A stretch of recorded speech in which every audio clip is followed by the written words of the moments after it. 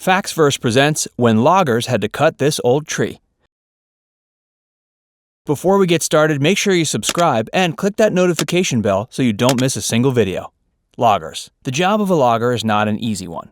Each day, they are given more than enough trees to keep them busy. Once a tree comes down, there are many more that need to come down. Many people don't like loggers. They don't appreciate the fact that these people are taking down trees and literally destroying forests. For a logger, their work is just like any other job. They go to work each day to provide for themselves and their families, and they follow orders given to them by their boss. In Jasper City, loggers are tolerated. This is because every family is linked to the logging industry, either directly or indirectly. The Georgia Craft Company employs most of the city's loggers. American chestnut trees. The mountains near Jasper City are loaded with American chestnut trees. They provide a good source of income because of their commercial value. These trees grow much faster than oak trees do. In the early 20th century, a fungal infection almost wiped out the American chestnut trees. Fortunately, the trees managed to survive, and today they're all over the North American regions, including New England, Nova Scotia, Tennessee, Alabama, and Georgia. These trees have unique characteristics that loggers know very well. This is why they were so shocked when they saw something unusual. 1980. The incident took place on a beautiful morning in 1980. On that day, 7 or 8 loggers left their homes for work shortly after 10 a.m. They got in the trucks and headed to the location that they would be working that day. The morning was a typical one. The loggers did their work and then took a break for lunch. When the loggers got back to work after lunch, they noticed something very strange about one of the trees: lightweight. When the loggers got back to work, they started cutting down their next chestnut tree. They noticed this tree was very light,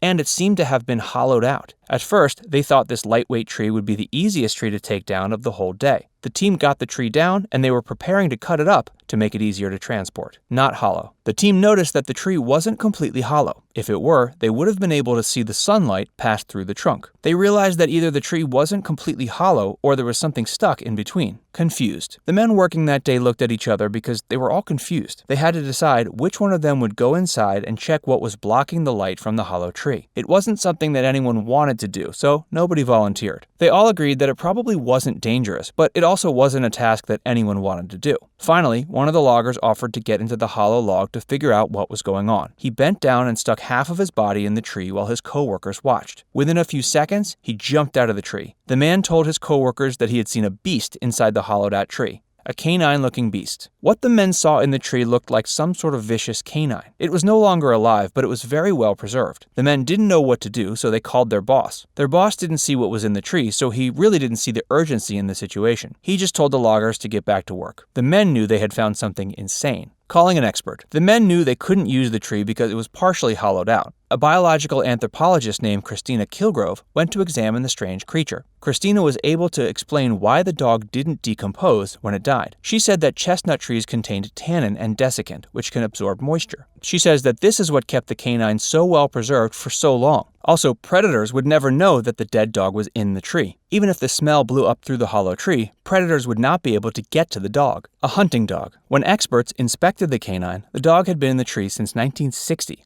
And it was a 4-year-old hunting dog. The experts believe he had been chasing a raccoon or squirrel and entered the tree through a hole and got stuck. On display. A local museum took possession of the canine and the tree. They put it on display, which looked incredibly amazing. When loggers had to cut this old tree, they never expected to find a mummified dog. What did you think of this story? Let us know in the comments, and be sure to subscribe to Factsverse for more great videos.